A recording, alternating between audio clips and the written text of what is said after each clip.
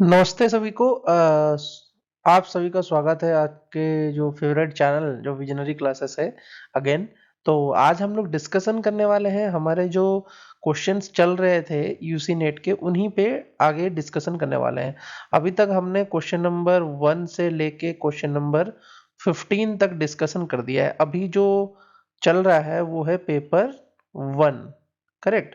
तो पेपर 1 के हमने इतने कॉन्सेप्ट्स अभी तक डिस्कशन कर लिए हैं और अभी हम क्वेश्चन नंबर 16 ऑनवर्ड्स डिस्कशन करने जा रहे हैं। तो जिन्होंने अभी तक हमारे पुराने लेक्चर्स नहीं देखे हैं वो सारे के सारे लेक्चर्स वापस देख लो और उसके बाद आओ, ठीक है, ताकि यहाँ पे आपको और अच्छे से समझ में आए। So this is lecture 4 and let us begin with the questions that came in the UC net 2024। ठीक है, तो ये जो पेपर है ये सितंबर 2024 का पेपर था। सितंबर 2024 में भी 2 पेपर हुए हैं, तो दोनों पेपर्स को हम लोग डिटेल में डिस्कशन करेंगे। तो अभी चल रहा है सितंबर 2024 का जो 2 तारीख का जो पहला शिफ्ट का पेपर था उस पर हम डिस्कशन कर रहे हैं।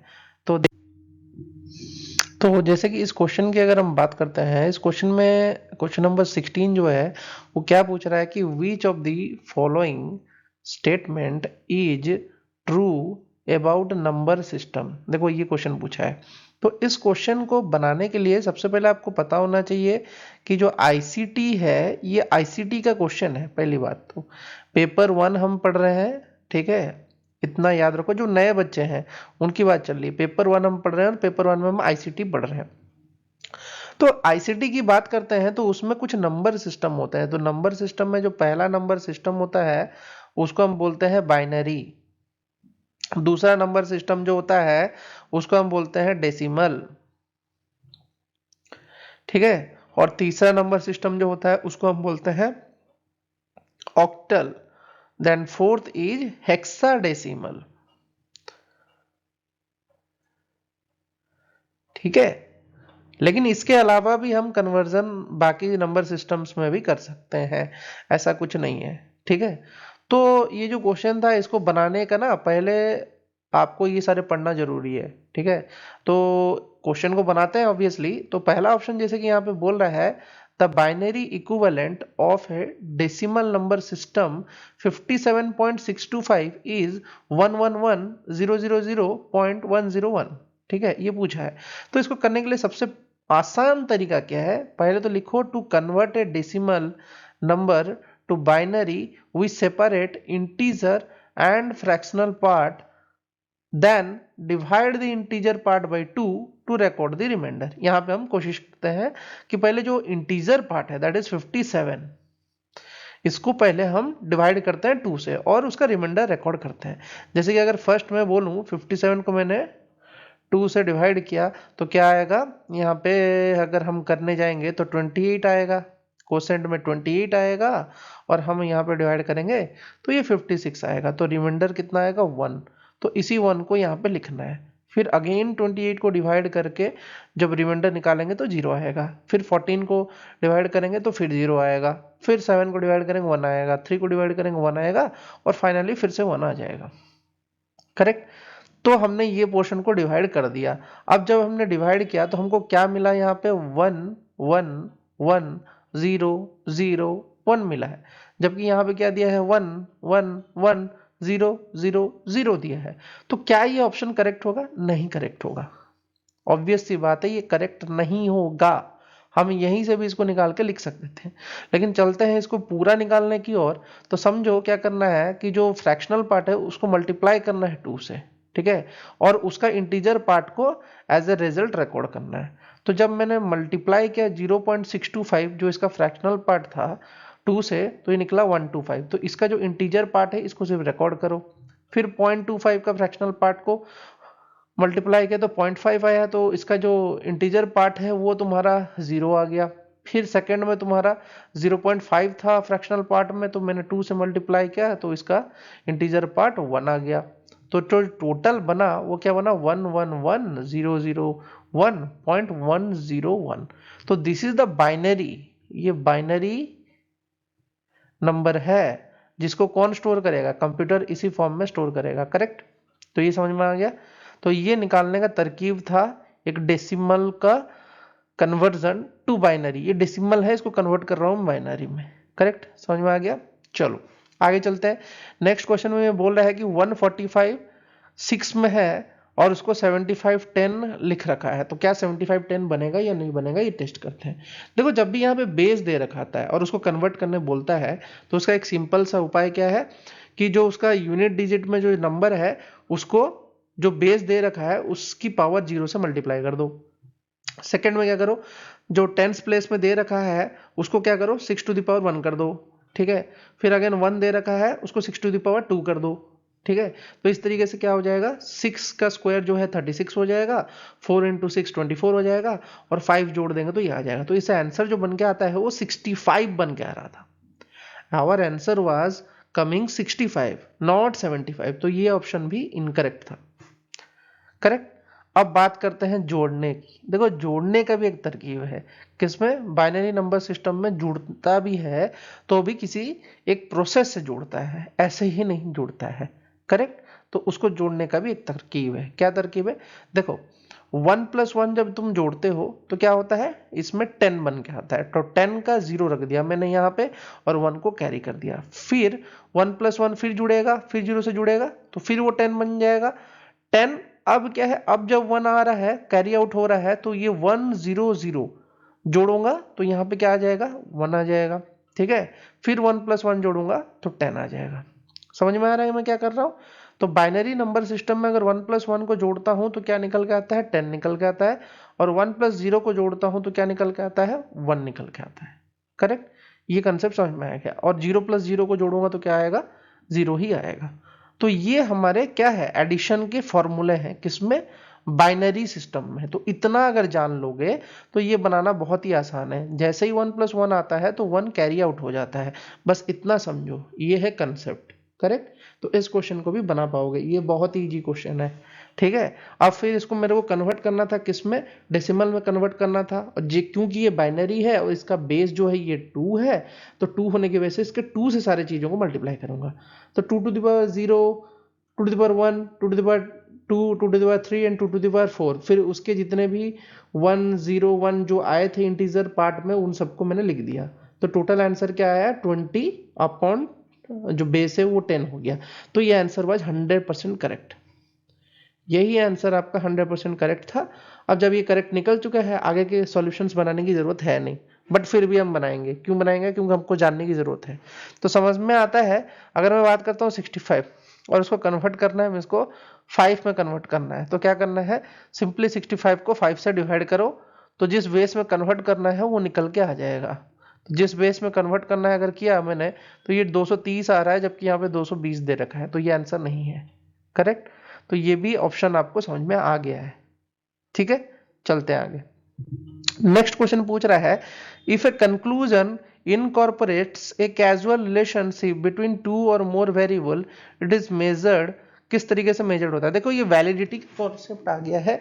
तो वैलिडिटी के कॉन्सेप्ट में जब भी हम बात करते हैं तो यहाँ पे एक्सटर्नल वैलिडिटी की बात की जा रही है, इंटरनल वैलिडिटी की बात की जा रही है, रेप्लिकेबिलिटी की बात की जा रही है और कॉन्सेप्चुअलाइजेशन की बात की जा रही है। देखो ये सारे जो टर्म है ना, ये आप ना बाय इंग्लिश मीनिंग से भी समझ सकते हो, बहुत ही इजी है, समझने की कोशिश करते हैं। देखो बोलता है कि external validity refers to the extent to which the result of a study can be generalized to other setting, population or situation.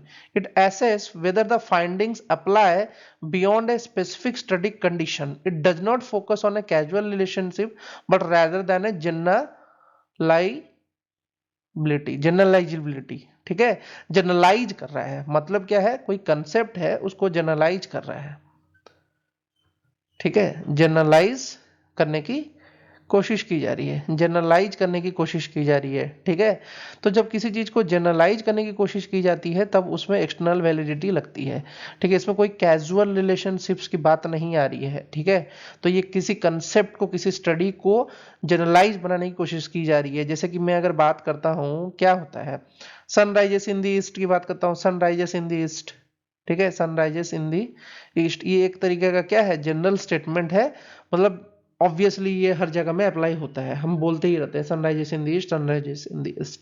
ठीक है, तो एक तरीके का ये यूनिवर्सल जनरल स्टेटमेंट है जो हम दे रहे हैं यहाँ पे। तो उसी तरीके से यहाँ पे भी अगर हम बात कर रहे हैं, एक जनरलाइज चीजों की बात कर रहा है, एक स्टडी है उसको जनरलाइज करने की बात कर रहा है, ठीक है। सपोज करो हमको पता चला कि जो मर्क्यूरी है उसके वजह से मिनमाटा हो रहा है, ठीक है। मिनामाटा डिजीज जो है मर्क्यूरी के पोल्यूशन की वजह से हो रहा है। Mercury pollution causes Minamata disease, ठीक है। तो ये जनरलाइज हो गया। तो किसी भी इंसान को अगर मर्क्यूरी से पोल्यूशन से वो प्रॉब्लम है तो इसका मतलब है उसको डेफिनेटली मिनामाटा होने वाला है, हम ये बोल सकते हैं। This is a kind of a generalized statement.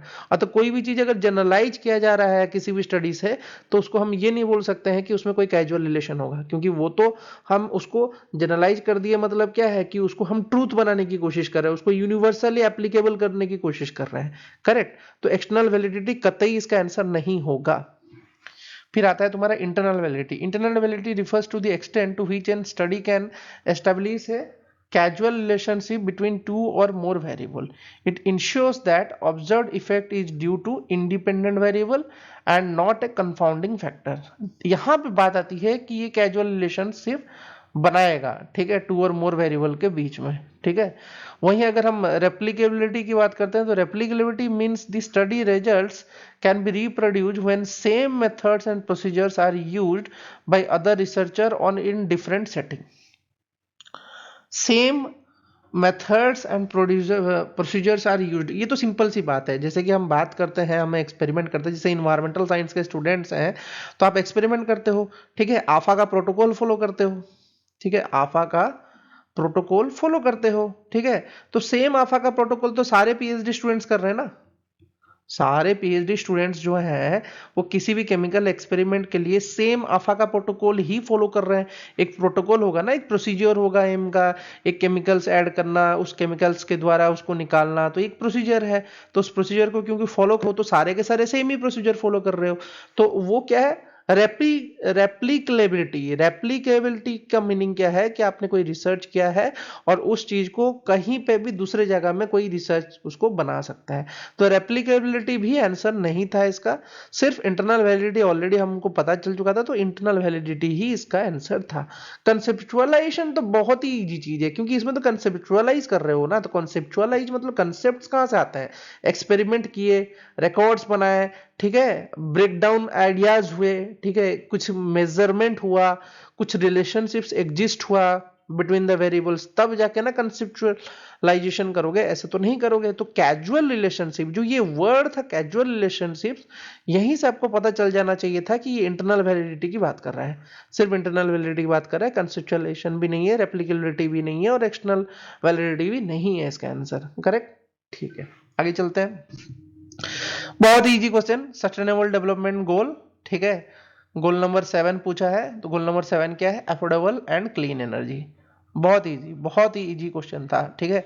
Gender equality की अगर हम बात करें तो जेंडर इक्वालिटी में क्या आ जाएगा तुम्हारा, गोल 7, ठीक है, ये गोल 5 था, ठीक है। क्लाइमेट एक्शंस की बात करें तो कितना है, गोल 13, ठीक है। एंड अफोर्डेबल क्लीन एनर्जी कितना है, गोल 7। क्वालिटी एजुकेशन कितना है, गोल 4, ठीक है। तो इस सस्टेनेबल डेवलपमेंट गोल पे एक क्वेश्चन हमेशा लटकता है, तो सस्टेनेबल डेवलपमेंट गोल्स के सारे गोल्स को तो बहुत अच्छे से याद रखो भाई, बहुत ही ज्यादा अच्छे से याद रखो, बहुत ही ज्यादा अच्छे से। और ये इजी भी है याद रखना, बहुत ही इजी है, आप याद कर सकते हो। देखो अगर पॉवर्टी हटेगा, ठीक है, तभी तो भूखमरी हटेगी, जीरो हंगर होगा, ठीक है। और जीरो हंगर के बाद हमको क्या चाहिए, अच्छा स्वास्थ्य चाहिए, खाना अच्छा खाओगे तो अच्छा स्वास्थ्य भी बनेगा, ठीक है। उतना सब होने के बाद हमको शिक्षा भी चाहिए, क्वालिटी एजुकेशन चाहिए। क्वालिटी एजुकेशन के बाद क्या, जेंडर इक्वालिटी होनी चाहिए भाई, महिला और पुरुष दोनों को सेम तरीके से पढ़ाई होनी चाहिए, ठीक है। इसके बाद क्या आता है, सब चीज हो गया, अब क्या करते हैं हम, गंदगी फैलाते हैं, तो वाटर को क्लीन करना जरूरत है। वाटर क्लीन होने के बाद क्या है, उसके बाद दूसरे प्रश्न उठते हैं कि हमको एनर्जी जो मिल रहा है वो क्लीन होनी चाहिए, अफोर्डेबल होनी चाहिए। ये 7 तो आप इजीली याद कर सकते हो, सब कनेक्टेड है। इसके बाद क्या आता है कि इकोनॉमिक ग्रोथ की बात करता है, decent work and economic growth होता है। इकोनॉमिक ग्रोथ होने से इंडस्ट्री और इनोवेशंस आते हैं, ठीक है। ये सब होने के बाद क्या होता है, बहुत पैसा आ जाता है। तो इसके वजह से क्या होता है कि हमको इनइक्वालिटीज को हटाना होता है। इनइक्वालिटीज को हटाने की वजह से क्या होगा, गरीब और जो रिच है वो उनके बीच में बैलेंस एग्जिस्ट होगा। ये सब होने के बाद क्या आएगा कि सब चीज तो हो गया, अब क्या है, सस्टेनेबल सिटीज होने चाहिए, ठीक है, और रेस्पॉन्सिबल कंजप्शन होना चाहिए, क्लाइमेट एक्शन आ जाएगा फिर फाइनली, फिर life below earth, life on land, ठीक है, ये दोनों कंसेप्ट हो गया। फिर पीस एंड लॉ वाला क्वेश्चन आ जाता है, पीस बनाओगे, स्ट्रॉन्ग इंस्टीट्यूशंस बनाओगे, यूएनओ टाइप से, और फिर आप पार्टनरशिप करोगे गोल्स के लिए, ठीक है। तो ये बहुत ही इजी है, ठीक है, सस्टेनेबल डेवलपमेंट गोल, ठीक है, जो कि आ रखा है, जिसका मतलब जो रिपोर्ट था वो किस लिए था, आवर कॉमन फ्यूचर। इसका जो रिपोर्ट आया था वो रिपोर्ट पे भी बार बार क्वेश्चन आता रहता है। ब्रूटलैंड, ठीक है, ब्रूटलैंड रिपोर्ट जो था, ठीक है, वो आया था सस्टेनेबल डेवलपमेंट गोल्स में, और इनका जो थीम था वो क्या था, आवर कॉमन फ्यूचर। ये भी बार बार पूछ लिया जाता है, तो इसको भी अच्छे से पढ़ लेना, ठीक है, सस्टेनेबल डेवलपमेंट गोल्स में। चलो आगे चलते हैं। तो बोलता है as per the Indian school of logic, Nyaya, Nyaya की बात करता है, as per the Indian school of logic Nyaya, which of the following fallacy is committed when middle term is too wide, ठीक है। तो ये देखो, ये काफी मतलब डिफिकल्ट क्वेश्चन है ऑब्वियसली, मतलब क्योंकि बच्चे जो होते हैं साइंस वाले वो इंडियन लॉजिक नहीं पढ़ते हैं। इंडियन लॉजिक का क्वेश्चन है, इंडियन लॉजिक नहीं पढ़ के जाते हैं मोस्टली बच्चे, मोस्टली बात कर रहा हूँ, उसमें सारे बच्चों को नहीं इंक्लूड कर रहा हूँ, मोस्टली बच्चे इंडियन लॉजिक नहीं पढ़ते हैं, लेकिन आपको पढ़ने की जरूरत है, ठीक है। तो इंडियन लॉजिक भाई खासकर पढ़ के जाओ, क्योंकि इससे एक क्वेश्चन लटक जाएगा तो ईजी हो जाएगा तुम्हारे लिए। तो कुछ कुछ चीजें जो है वो इंडियन लॉजिक के प्रीवियस ईयर क्वेश्चन से ही डिस्कशन कर लो तो बेटर रहेगा। जैसे कि यहाँ पे बोलता है अनुपसमहरी, अनुपसमहरी, अनुपसमहरी का मीनिंग क्या होता है, this is a fallacy occurs when a middle term does not apply to any object or subject, ठीक है। it results in an invalid argument because the middle term is completely non-existent or irrelevant। पहले तो बोला middle term इसमें non existence होता है या irrelevant होता है, जिसकी जरूरत ही नहीं है, ठीक है, वो जानने की जरूरत है, ठीक है। पहले वो ही नहीं जानोगे तो फिर क्या ही बताओगे कि क्या होता है क्या नहीं होता है, ठीक है। तो ये सिंपल सी बात है, तो यही सब जानने की जरूरत है, ये सब जानोगे तो आप समझ जाओगे, ओके। फिर आता है तुम्हारा ये जो फैलेसी की बात कर रहे हैं, तो फैलेसी होता क्या है, सबसे जरूरी चीज है फैलेसी। फैलेसी का मीनिंग अगर हम बोलते हैं ए फैलेसी, ठीक है, एक फैलेसी की अगर हम बात करते हैं तो फैलेसी क्या होता है, ए फॉल्स बिलीफ, एक फॉल्स बिलीफ और ए रॉन्ग आइडिया। अगर यही चीज नहीं जानोगे तो कैसे करोगे रे भाई, कैसे कैसे करोगे, जानने की जरूरत है, ठीक है। फॉल्स बिलीव और रॉन्ग आइडिया क्या होता है, तो फॉल्स बिलीव और रॉन्ग आइडिया होता है तुम्हारा फैलेसी। जब तक ये नहीं समझोगे तब तक ये नहीं बना पाओगे, करेक्ट। तो पहले तो ये इरेलीवेंट बोल दिया, अनुपमा सरी में ये तुम्हारा इरेलीवेंट हो जाता है, तो आंसर तो होगा ही नहीं, मिडिल टर्म के बारे में बोल रहा है वो। फिर आता है बाधिता। बाधिता में क्या होता है, the fallacy of badhita happens when a conclusion drawn contradicts the direct perception, reliable evidences and established truth, ठीक है। कुछ कंक्लूजन बना दिया जो कि हमारा जो परसेप्शन था उसको रॉन्ग कर दिया, ठीक है। For example fire is a cold, contradicts the perception, भाई फायर कब से कोल्ड होने लगा, फायर तो हॉट होता है, यही बात है। तो ऐसा लिख दोगे फायर इज ए कोल्ड, तो इसका मतलब है ये बाधिता है, ठीक है। ये कंक्लूजन जो निकल रहा है वो गलत बता रहा है हमारे जो परसेप्शन को, ठीक है। तो बाधिता जो है वो तुम्हारा नहीं होगा, ठीक है। फिर आता है तुम्हारा साधारण। साधारण, साधारण क्या होता है, this is a fallacy occurs when middle term in a logic is too wide और too general, meaning it applies to many things. सही बात है, ये होगा answer, including outside the scope of the argument. Argument तो छोड़ दो, सारे के सारे चीजों को ये जनरलाइज कर देता है। जैसे कि बोला all living beings are animals, भाई सभी लिविंग बिल्स को एनिमल्स कर दिया। ट्रीज आर ऑल्सो लिविंग बिल, तो एक जनरलाइज स्टेटमेंट दे दिया है, ऑब्वियसली एक जनरलाइज स्टेटमेंट दे दिया, all living beings are animals, but trees क्या एनिमल्स हैं क्या, नहीं है ना।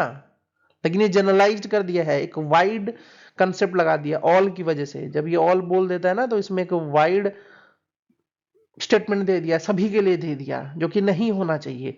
तो मिडिल टर्म जो लिविंग बींग्स था ये खूब जनरलाइज्ड हो गया, एक इतना बड़ा वर्ड बोल दिया, एक जनरलाइज्ड वर्ड बोल दिया। तो इसके वजह से क्या हो जाएगा, ये एक वाइड कम्युनिटी को रिप्रेजेंट कर रहा है, टू वाइड हो गया। तो ये टू वाइड होने की वजह से यही तुम्हारा आंसर था, साधारण। फिर आता है तुम्हारा असाधारण। असाधारण फेलोसी भी occurs when middle term is too narrow. छोटा उल्टा हो जाएगा इसका, only parrot can talk, John also can talk, but John is therefore John is a parrot. क्या ये सही है? जो पैरट है वो यहाँ पे टू नैरो हो गया। देखो फैलेसी है, रॉन्ग ही बिलीव है, बिलीव सारे रॉन्ग है इसके, ठीक है, ये इसीलिए आया है। फैलेसी का मीनिंग ही होता है बिलीव सारे रॉन्ग होते हैं, इनके रॉन्ग आइडिया रॉन्ग कॉन्सेप्ट बता रहा है। बट यहाँ पे बात आ रही किस तरीके के फैलेसी है, किस तरीके के टाइप्स के फेलोशिप है, इनकी बात चल रही है, ठीक है। तो एक में वाइड है, एक में नैरो है, इतना तो समझ में आ गया, करेक्ट। तो असाधारण भी इसका आंसर नहीं होगा। ओके, आगे चलते हैं। अब बोलता है which informal fallacy is committed in the following statement. Famous actor Jimmy Pecker said in an interview that astrology is a real science, therefore scientists now must acknowledge the astrology is actually a science. ठीक है, तो ये appeal to inappropriate authority, ये इसका answer था। क्यों, देखते हैं। This fallacy occurs when someone sites an authority who is not an expert in the subject matter. ठीक है भाई, एस्ट्रोलॉजी के एक्सपर्ट मैटर में साइंटिस्ट क्या करेंगे, ये तो एक्सपर्ट नहीं है ना। In the given example, a famous actor not a scientist or expert in the field of science is cited to claim that astrology is a real science. ये तो कर नहीं सकता है ना। तो actor's opinion is irrelevant to the truth of the claim, तो वो कुछ बता ही नहीं पाएगा। इसके अलावा रेड हियरिंग की बात करते हो। Red herring fallacy occurs when an irrelevant topic is introduced to divert the attention from a original argument. सही बात है, it distracts the audience from addressing the main issue. देखो ये जो टर्म है ना, इनका मीनिंग समझो, इनका मीनिंग समझोगे तभी बना पाओगे क्वेश्चन, पढ़ोगे समझ में आ जाएगा, फटाक से बना दोगे आंसर, ठीक है। तो रेड हियरिंग आंसर नहीं होगा। फिर आता है strawman. Strawman fallacy involves misrepresenting or oversimplifying someone's argument to make it easier to attack. In this example there is no such distortion of an argument, कोई argument का distortion नहीं था, उल्टा पुल्टा नहीं बोल रहा था, ठीक है। स्ट्रॉमैन में वो मतलब अपने हिसाब से मोल्ड कर देना, ठीक है, ताकि मिस रिप्रेजेंटेटिंग कर देना, ठीक है। फिर अपील टू इग्नोरेंस आता है। तो क्या होता है, appeal to ignorance fallacy often happens when a claim is argued be true simple because it has not been prove false. ठीक है, for instance saying astrology must be true because no one has proven it false, this fallacy does not match in a given situation. ये भी नहीं है, तो ये भी statement नहीं था, ठीक है। तो समरी हमारा यही था। तो हमारे सारे समरी हमने लिख दिया। अपील टू इग्नोरेंस भी नहीं होगा, स्ट्रॉमैन भी नहीं होगा, रेड हियरिंग नहीं होगा। हमारा आंसर जो होगा वो होगा appeal to inappropriate authority. I hope कि ये सारा का सारा कॉन्सेप्ट समझ में आ गया आपको, और जितने भी फैलेसीज और हमारे आईसीटी के क्वेश्चंस थे वो आपको अच्छे से समझ में आ गए। तो इसी के साथ जिन भी बच्चों को रेगुलर क्लासेस ज्वाइन करना है इस बैच के लिए, दे कैन ज्वाइन, एंड हमारे रेगुलर बैचेस को ज्वाइन करके आप बहुत सारे पीवाईक्यूज करिए और डिस्कशन करिए हमारे साथ, ताकि आपके यूसी नेट में आपको जल्द से जल्द सक्सेस मिले, ठीक है। With this have a nice day, all the best for the upcoming exam. Thank you.